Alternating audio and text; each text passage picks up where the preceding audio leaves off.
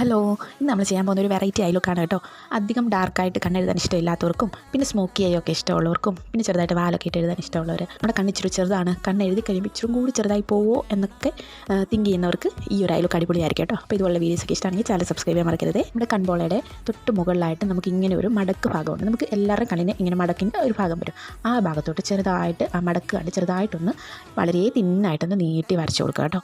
ഇങ്ങനെ വരച്ച് കഴിയുമ്പോൾ നമ്മുടെ കണ്ണിൻ്റെ ആ കറക്റ്റ് പെർഫെക്റ്റ് ആയിട്ടുള്ള ഒരു ഷേപ്പായിരിക്കും നമ്മുടെ കണ്ണിന് കിട്ടുന്നത്. ഇതാ ഈ വീഡിയോയിൽ കാണുന്ന പോലെ തന്നെ നിങ്ങൾക്ക് നോക്കിയാൽ അറിയാൻ പറ്റും. നമ്മൾ കണ്ണ് മടക്കുമ്പോൾ നമുക്കിവിടെ ഒരു ചെറിയ ഒരു മടക്ക് പോലെ വരും.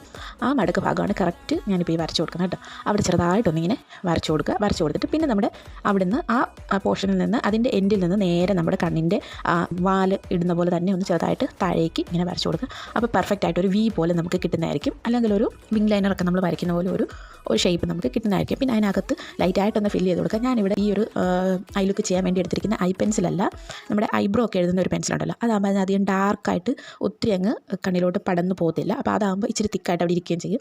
ആ ഒരു പെൻസിൽ വെച്ചിട്ടാണ് കേട്ടോ ഞാനിത് എഴുതുന്നത്. എന്നിട്ട് ചെറുതായിട്ടൊന്ന് നമ്മുടെ ഫിംഗർ വെച്ചിട്ട് തന്നെ ഒന്ന് സ്പ്രെഡ് ചെയ്ത് കൊടുക്കുക. അത്രേ ഉള്ളൂ. പെർഫെക്റ്റ് ആയിട്ട് നമുക്ക് ഈ ഒരു ഐ ലുക്ക് കിട്ടുന്നതായിരിക്കും കേട്ടോ.